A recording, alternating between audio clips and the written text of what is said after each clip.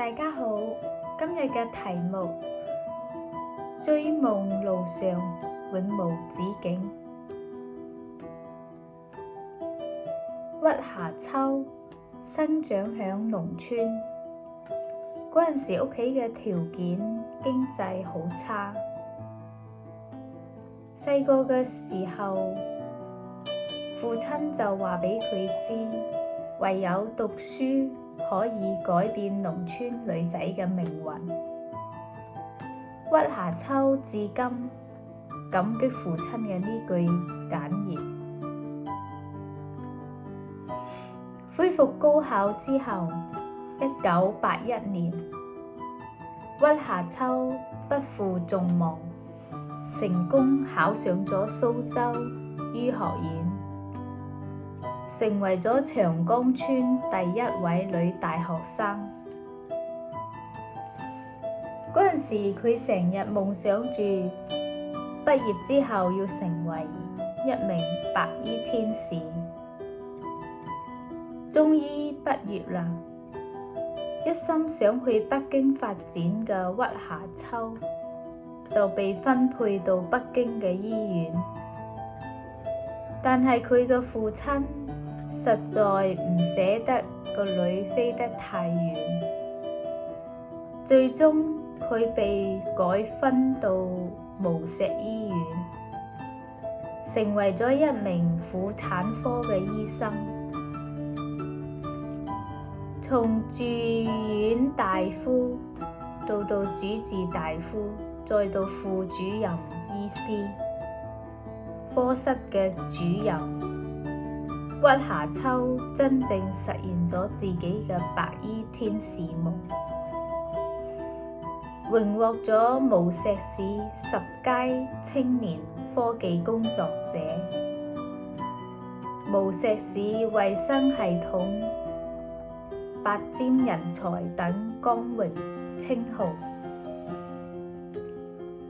正當屈霞秋響無錫做得風生水起嘅時候，老家長江村嘅發展遇到咗人才嘅瓶頸，招唔到大學生，村民你一言我一語咁樣對屈霞秋嘅父親講：你嘅女咪就係大學生咯，又係我哋呢度出去嘅，返嚟幫下我哋啦。就咁樣，響父親嘅勸說之下，響家鄉人民嘅召喚，屈霞秋放棄咗心愛嘅醫療事業，返到咗生佢養佢嘅長江村，從此踏上咗長江村嘅發展同埋建設征程。啱啱返到長江村嘅時候，屈霞秋好似一個職場嘅新人一樣，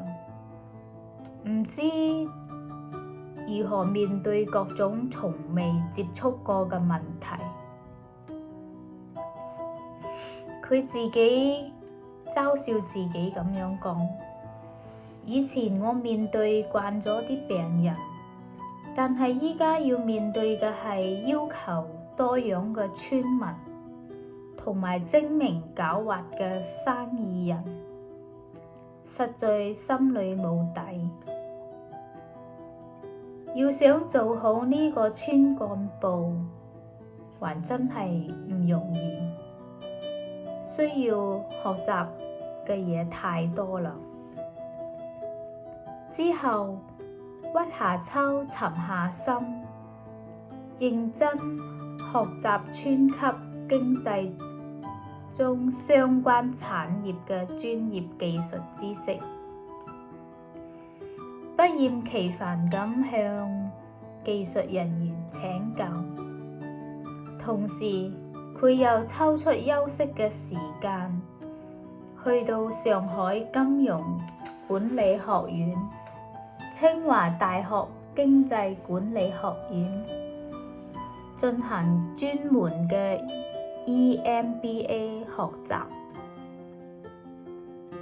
屈夏秋早就意識到，要想發展村級嘅經濟，必須要懂得經營同埋管理。2005年起，屈夏秋眾望所歸，接任長江村黨委書記同埋長江潤發集團總裁嘅職位。當佢從清華大學畢業嘅時候，佢嘅眼界已經放到讓長江村企業上市嘅藍圖上。2007年，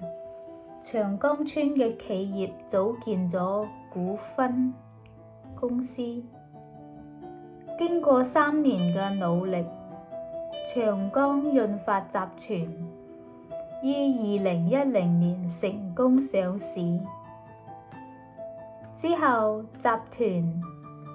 進一步發展。屈夏秋欣喜咁講：如今全村資產總值從2001年嘅3億增長到2013年嘅40幾億，農民人均年收入從2001年嘅7000增長到2013年嘅2.8萬。長江潤發集團榮膺全國民營企業500強。響屈夏秋嘅帶領之下，長江村摘得咗全村人民引以為豪嘅3粒耀眼閃亮嘅星星。一粒係國際編號為5384號嘅小行星，2009年正式命名為長江湍星。一粒係長江潤發2010年響深圳證券交易所成功上市嘅上市星，還有一粒係2011年長江村摘星嘅全國聞名湍星。追夢路上永無此景。屈夏秋講：我呢一輩子邊度都唔去啦，就紮根長江村啦。仲有好多夢想需要響呢一片生我養我個土地上一一實現。美麗長江，實力長江，幸福長江。要讓長江村村美、人美、心靈更加美。心懷夢想嘅人，響邊度都可以成長，都可以發光。好多時候，往往都係艱難嘅環境造就咗夢想之花嘅燦爛。